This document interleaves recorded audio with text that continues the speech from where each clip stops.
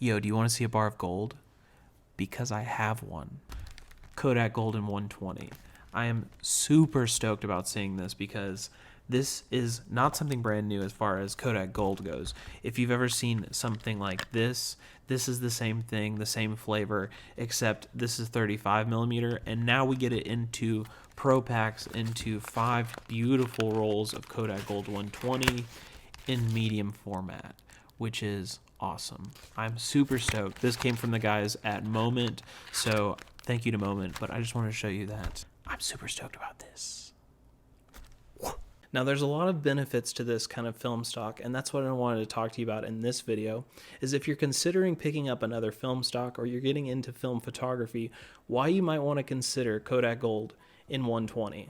For those uninitiated to film photography or maybe medium format, there is a reason why someone would choose to shoot 120 over 35, especially given the fact that in this case, we've had 35 Kodak Gold forever, so why shoot 120?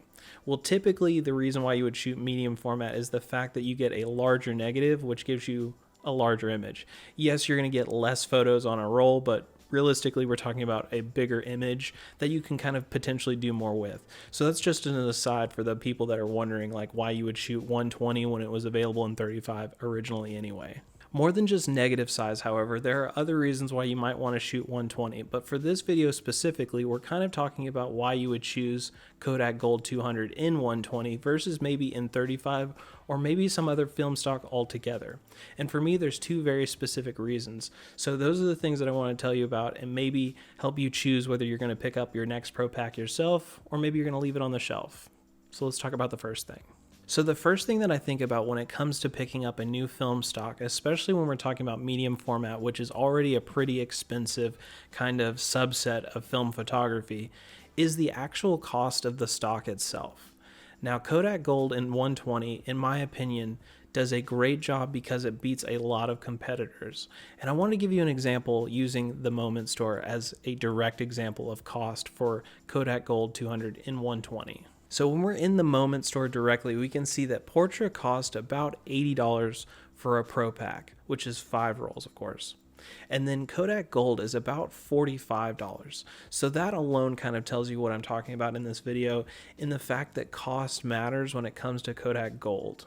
You realistically get to see kind of that aspect of how much it costs to truly shoot individual frames and the fact that Kodak Gold will save you money over time. Now, realistically, is 50-60 cents that big a difference per frame? Maybe, maybe not, but in the long run, when you're talking about how much it costs to shoot this consistently, I think that's one of the biggest selling points for Kodak Gold. Yo, I want to make a correction here because in the Moment store, 120 Portra is not $80. I am an actual dummy because what I didn't realize is when you type Portra into the search bar in Moment, it comes up with 35 millimeter and 35 is $80 compared to 120, which is actually only 65. So I want to make that comparison here truly accurate, and I know if I didn't say something, somebody would mention it in the comments. So that is my bad, but back to the video. Back to you, Pat. Whatever. Now, the second thing for me that I really like about Kodak Gold is the fact that beyond just cost, it comes with a good film stock with a tone that I personally appreciate. Now, this might be lesser of an important factor for some people, but for me specifically, when it comes to the actual image, when it comes to Kodak Gold, in my opinion, the tones are amazing. Now, the tones themselves and the overall image is going to be warmer. It's called Kodak Gold, so that would kind of make sense that this would be like a golden kind of image. Very much like Portra in that aspect as well. So for me, that's a drawing factor, something that I personally enjoy that maybe other people that like cooler images might not. So in this case, this is one for you to decide. If you like that sort of image, I think it might be worth for you to consider, honestly. But one caveat to mention when it comes to Kodak Gold 200 is the fact that it is an ISO 200 speed film. So this is going to be a slower film speed, one that's typically better suited for an outdoor experience when it comes to film photography or taking film photos. So unless you're going to use something like a flash or a continuous light source, something like a softbox that I use here, realistically this is probably going to be something that you're going to use outdoors. So you have to keep that in mind. If this is something that you want to use for studio work, you're going to need a lot of light. Unless, on the other hand, you're going to push that film stock, which is an absolute possibility if you know how to do it and do that properly. That's also an option. But for beginners or someone that's looking to get into potentially medium format or just this film stock in general, we won't get too deep into the weeds on that. But if you'd like to see that video, definitely leave a comment down below. I'd love to talk to you about pushing and pulling film. But now's the time for my overall opinion of Kodak Gold 200 and 120 and whether I think it is a good film stock overall and whether you should consider picking up a pack for yourself.